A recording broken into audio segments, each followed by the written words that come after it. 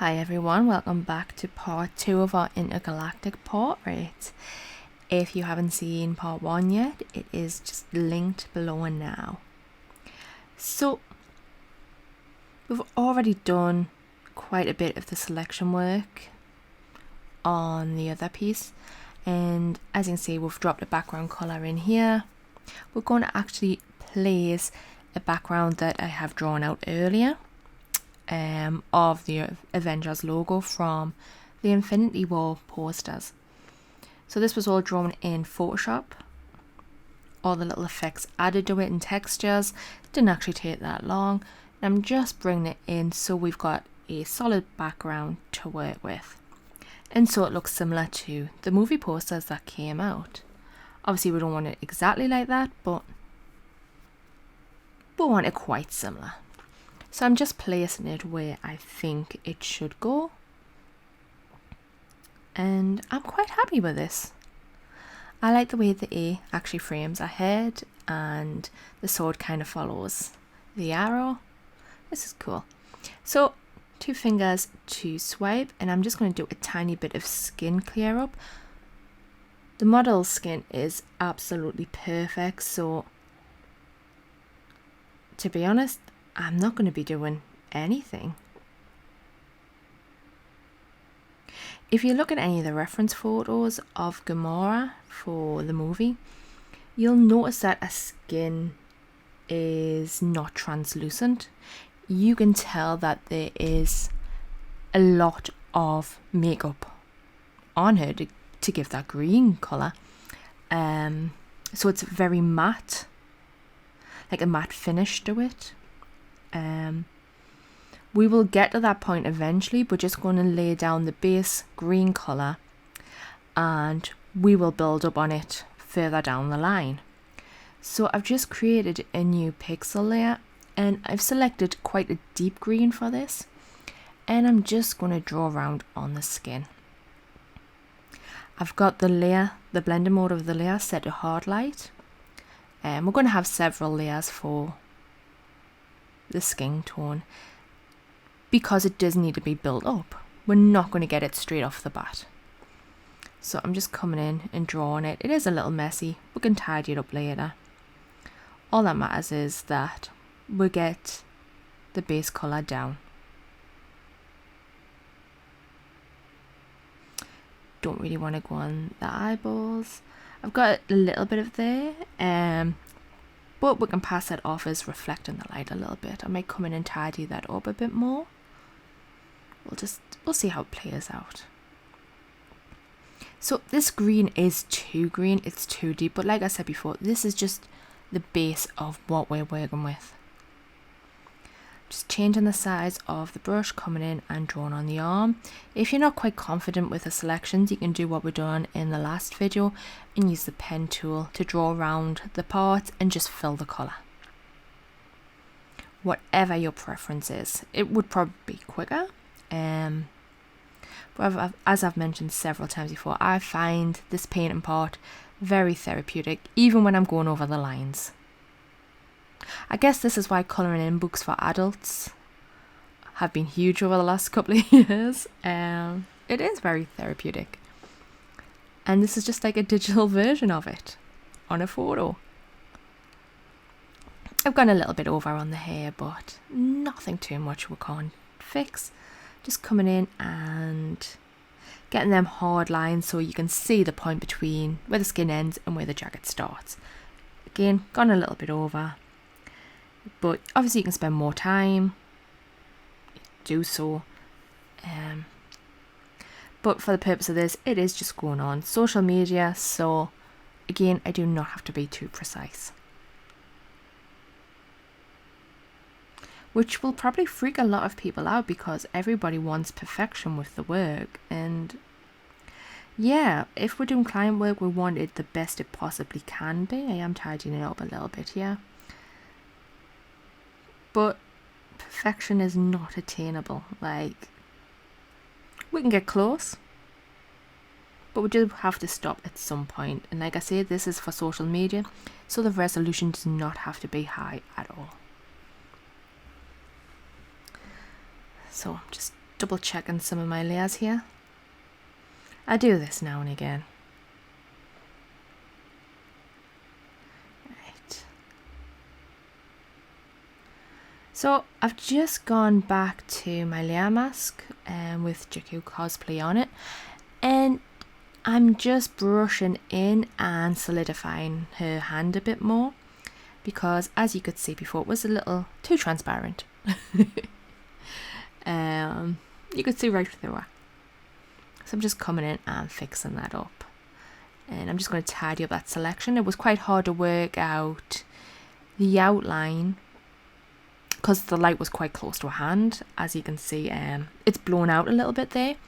We'll have to add some highlights to the sword to match that later on.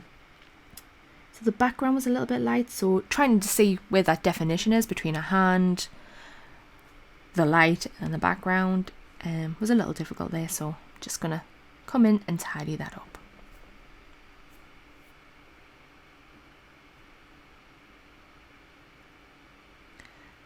And now I have that definition. You can see that hard outline, which is going to help a lot more.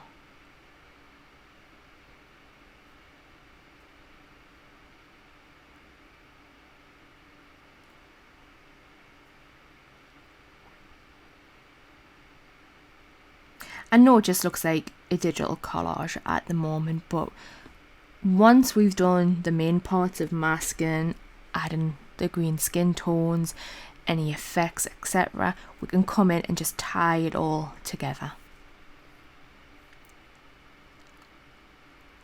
I just like to get as much down as possible first.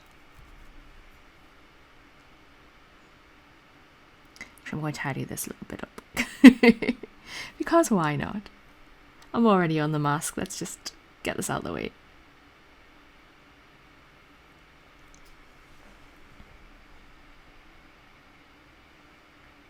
It's so strange, it will look like a collage for a while. It's when you actually start putting the final finishing touches on that tie it together that you start to think, oh, this is actually quite believable. You've just got to get through that process. And it's quite off-putting because you cannot see the end in sight when you first start. But just keep going with it. Let's just tidy that hair up a little bit more. So I didn't really cut that out too great. Okay.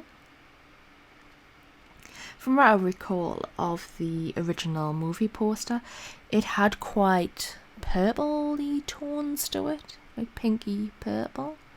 I'll have to double check before we start doing the colour grading. I've got an idea in my head. Colour grading's so weird. I've gone back to the pixel there and I'm just finishing off the green here. I like colour grading, but it's always either at the very beginning or at the very end. I wasn't sure how it was going to work out with the green skin tones. I know what final colour I want, but I've got to build up to it first. So getting a good base, for me, is my preferred way of doing it. I guess it's like actually doing makeup. Do your primer, foundation, your concealer, and then if you want to add colour on, pile it on top of that. Yeah, it's just building up, isn't it?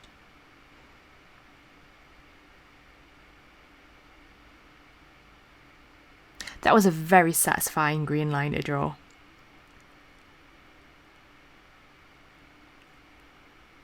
Do you know when you actually just draw something, you're just like, yes, that was perfect. That wasn't as perfect, but satisfying nonetheless.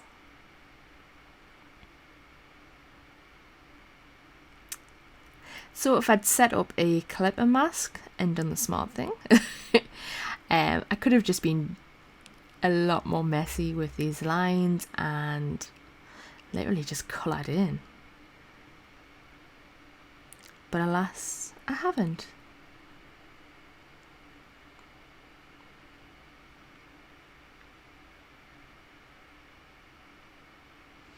I love the absolute insane amount of things you can do with layers, like the blender modes, the layer effects, clipping masks, masks in general. Like, it's such a powerful panel, your layers panel, and everything you can do to each individual layer. It's where all the magic happens for me, personally anyway.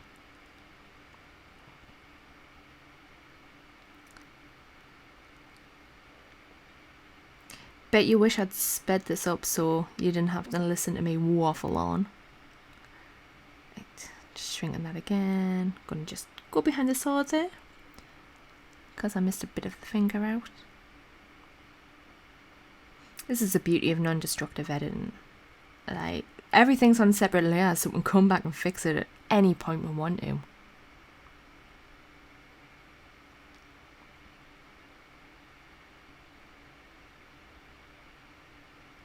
Whoops.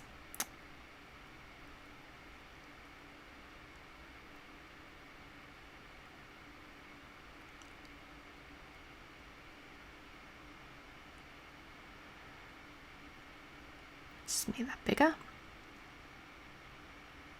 Always knock the buttons on this. It's just because I'm so clumsy. And I don't have my keyboard attached to it currently to type in the numbers to change the size. So I should always have my keyboard set up for this.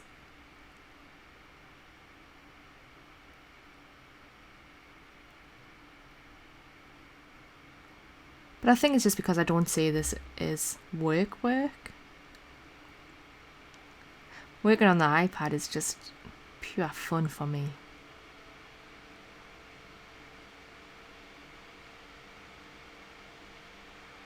I think the only apps I have on it is this, Good Notes, and Netflix.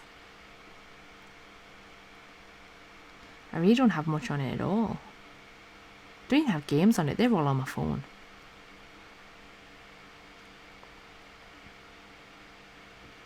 Oh no, I've got Procreate and Photoshop on it as well. I lied. Sorry.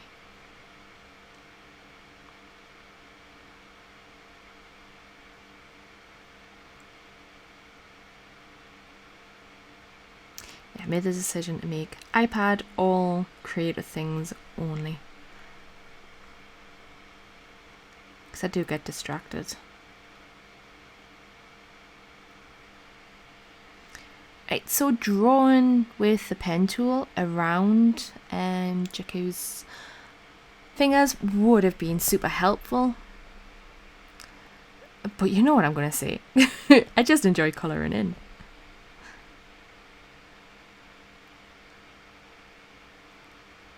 I guess if I was sticking to a time limit for a client, then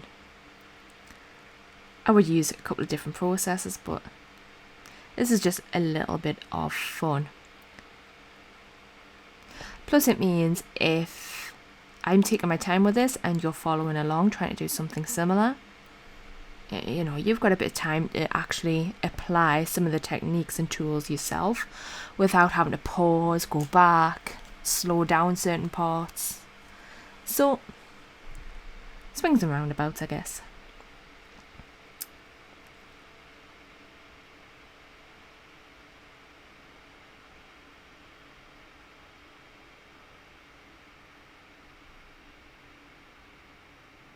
I've gone over fingers a bit.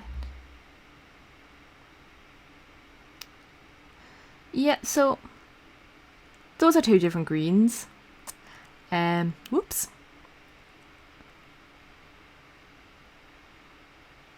I told you, clumsy, butterfingers.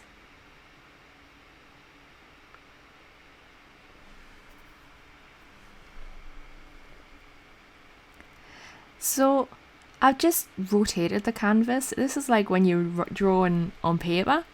You kind of turn the book or the paper that you're working on towards you, so it's angled better for you. I quite like the fact you can do this within software.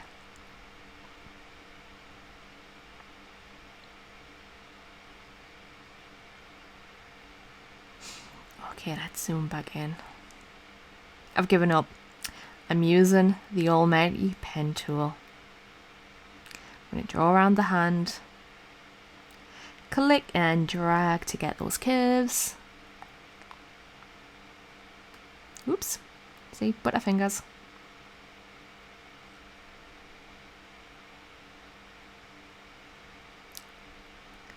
Click and drag, click and drag.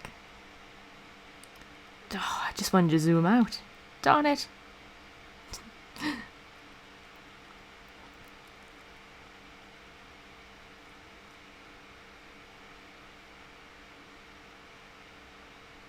You find when you use the pen tool for the first time, you tend to just to click multiple times without dragging to get the curves. It is just one of those things. The more you practice with it, the more comfortable you feel with the tool. Okay, I've just got my little history up. Undo just refused to work there. Always find if undo doesn't work, just get the little history timeline up and just select where you want to be. How much time could I have saved at the beginning if I had just not been stubborn and I had actually just used the pen tool for selections? Don't be like me. Don't be stubborn.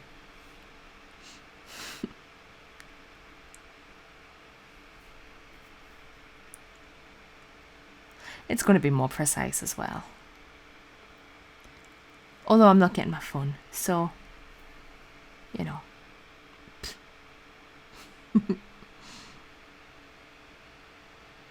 Right. Let's finish that and make it a selection.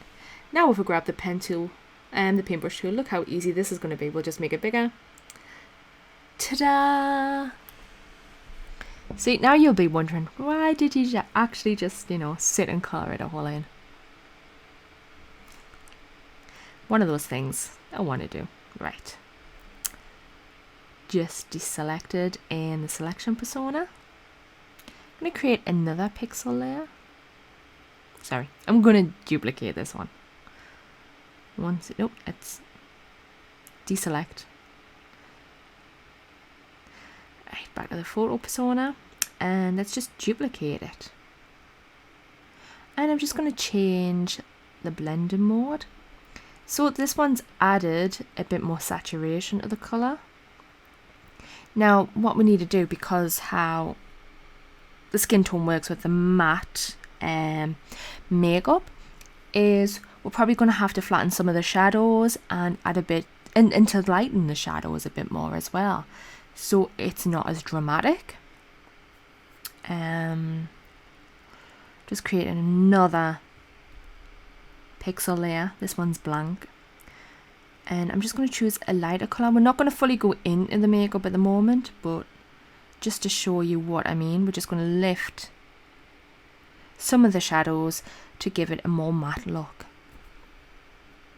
All over matte.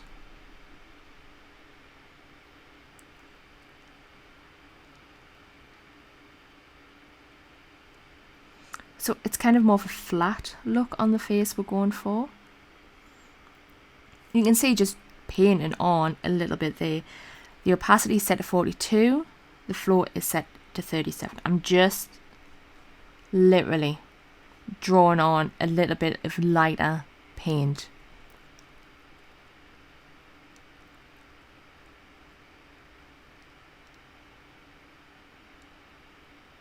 This is what's fun about the cosplay shoots, because you've got a bit more flexibility with some of the techniques you use. Like, you couldn't do this with a beauty shot.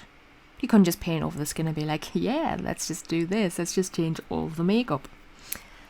Doesn't work like that.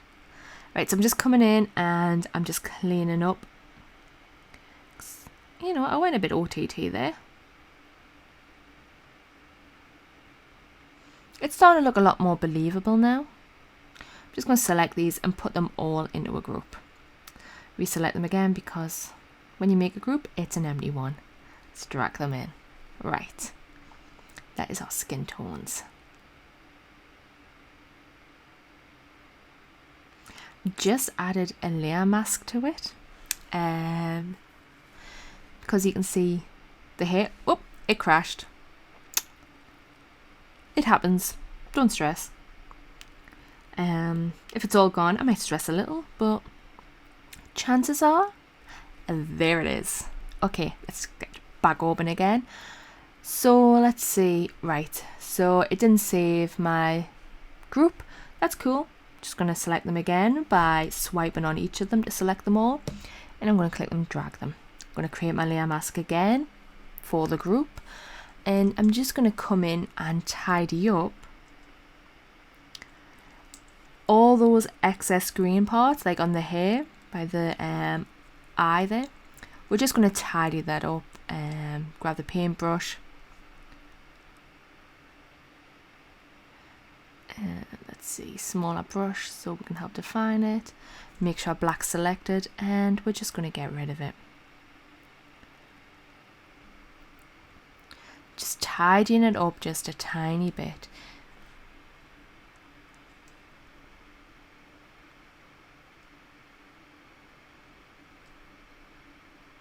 So we're coming towards the end of this part. In the next part, I'm going to obviously remove the eyebrows and do our makeup. And see our makeup, the markings that she has on her face. And we're just going to try and tie it in a bit more before we actually come to do the colour grading. Right, I've just forgot some of the green on her neck there, just because it's so blown out. It's a little bit awkward.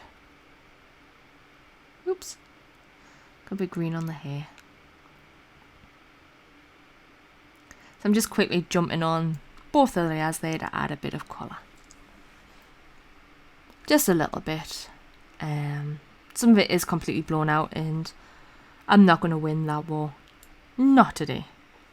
So it's all starting to come together. So like I say, next time we're going to focus on removing the eyebrows, doing the face markings, tidying up a bit and bringing it together, as well as the colour grading. So I'm looking forward to that one. Catch you all then.